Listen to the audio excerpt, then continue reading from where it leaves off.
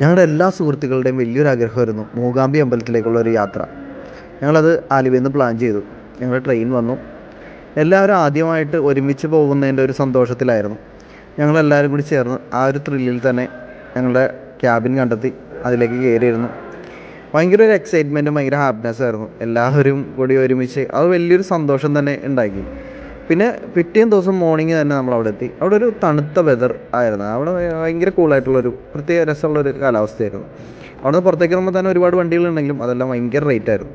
ഞങ്ങൾക്ക് അവിടെ നിന്ന് കുറച്ച് ദൂരം നടന്നപ്പോൾ തന്നെ ബസ് കിട്ടി. ആ നാടിൻ്റെ പ്രത്യേകതകളെ വിളിച്ചറിയിക്കുന്ന ദൃശ്യങ്ങളായിരുന്നു ചുറ്റിലും. ഞങ്ങൾ കുറച്ച് സമയം ഒരു മണിക്കൂർ കഴിഞ്ഞപ്പോൾ തന്നെ മൂകാംബികയിലെത്തി. ഞങ്ങളൊരു റൂം എടുത്തൊന്ന് ഫ്രഷൊക്കെ ആയി പോയൊരു കോഫിയൊക്കെ കുടിച്ച് നേരെ അമ്പലത്തിലേക്ക് കാലത്തെ അങ്ങോട്ട് കയറാമെന്ന് തീരുമാനിച്ചു.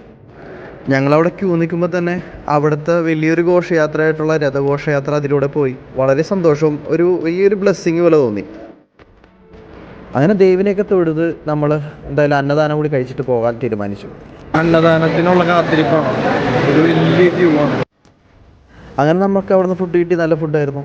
അങ്ങനെ ഭക്ഷണവും കഴിച്ച് നല്ലൊരു പായസവും കുടിച്ച് അടുത്ത നമ്മുടെ മെയിൻ ഡെസ്റ്റിനേഷൻ എന്ന് പറയുന്നത് കുടജാഗിരിയാണ്. അതിനൊരു ജീപ്പ് എടുത്ത് ചെങ്കുത്തായ മലനിരകളിലൂടെ വലിയ അഭ്യാസ പ്രകടനത്തോടെ നമ്മൾ നമ്മുടെ ജീപ്പും കൊണ്ട് കുടജാഗിരിയിലെത്തി. അപ്പോഴാണ് നമ്മുടെ ഡ്രൈവർ പറയണ അദ്ദേഹം മോഹൻലാലിനെ കൊണ്ടൊക്കെ ഇങ്ങോട്ട് വന്നിട്ടുണ്ടെന്നല്ല.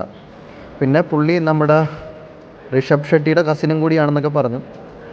തള്ളല്ലെന്ന് തോന്നി, കാരണം പുള്ളിയുടെ അടുത്ത് പിക്ചറൊക്കെ ഉണ്ട്. അങ്ങനെ നമ്മൾ ഈ ബംഗ്ലാവിൽ ഒരു സ്റ്റേയും കൂടി വാങ്ങിച്ചു കുടജാഗിരിയിൽ. അവിടെ അത്യാവശ്യം എല്ലാവർക്കും കൂടി കിടക്കാനുള്ള ബെഡും കാര്യങ്ങളൊക്കെ ഉണ്ടായി. നല്ല അടിപൊളി ക്ലൈമറ്റ് അന്തരീക്ഷമൊക്കെയാണ് അവിടെ. അങ്ങനെ നമ്മൾ കുറച്ച് നേരം അവിടെ ഇരുന്ന് നേരെ പിന്നെ കുടജാഗിരി മല കയറാനായിട്ടുള്ള തീരുമാനത്തിലെത്തി.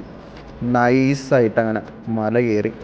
നമ്മൾ വളരെ ദുർഘടമായിട്ടുള്ള വഴികളാണ്, എന്നാലും നമ്മൾ വളരെ എൻജോയ് ചെയ്താണ് കയറിയത്. അങ്ങനെ അവസാനം നമ്മുടെ ഡെസ്റ്റിനേഷനെത്തി. നല്ല രീതിയിൽ തൊഴുതു. വലിയൊരു ആഗ്രഹമായിരുന്നു. അങ്ങനെ പിറ്റേ ദിവസം സൺറൈസും ആ മലയിൽ നിന്ന് കണ്ട് നമ്മളുടെ മൂകാംബി ട്രിപ്പ് അവിടെ അവസാനിച്ചു.